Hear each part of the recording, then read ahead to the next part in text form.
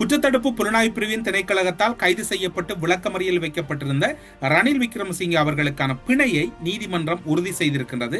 இதேவேளை கடந்த 22ஆம் தேதி அரச நிதியை தவறாக பயன்படுத்தினார் என்கின்ற குற்றச்சாட்டின் அடிப்படையில் தான் அவருடைய கைது இடம்பெற்றிருந்தது.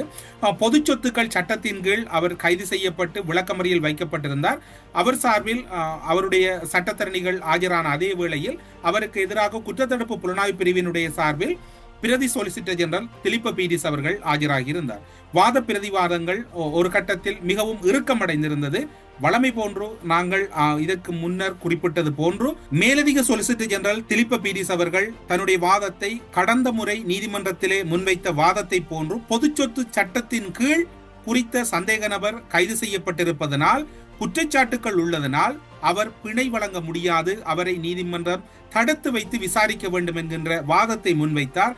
பிணை வழங்க அவருக்கான விசேட சூழ்நிலைகள் எதுவும் இல்லை என்ற சூழ்நிலை அவரால் வெளிப்படுத்தப்பட்டது. இதுதான் அங்கு முக்கியமான வாதமாக இருந்தது. பிணை வழங்குவதற்கான விசேடமான சூழ்நிலைகள் எதுவும் இல்லை என்ற போதுதான் அந்த வாதம் சற்று மாற்றம் அடைந்து அடுத்த கட்டத்தை நோக்கி நகர்கின்றது. அந்த இடத்தில் தான் மிக முக்கியமான கருத்துக்கள் முன்வைக்கப்பட்டிருந்தன. கடந்த முறை போன்று கடுமையான எதிர்ப்பினை வெளியிட்டார் ரணில் விக்ரமசிங்கே அவர்களுக்கான பிணை வழங்கக்கூடாது என்று மேலதிக சொலிசிட்டர் ஜெனரல் திலிப்ப பீரிஸ் அவர்கள்.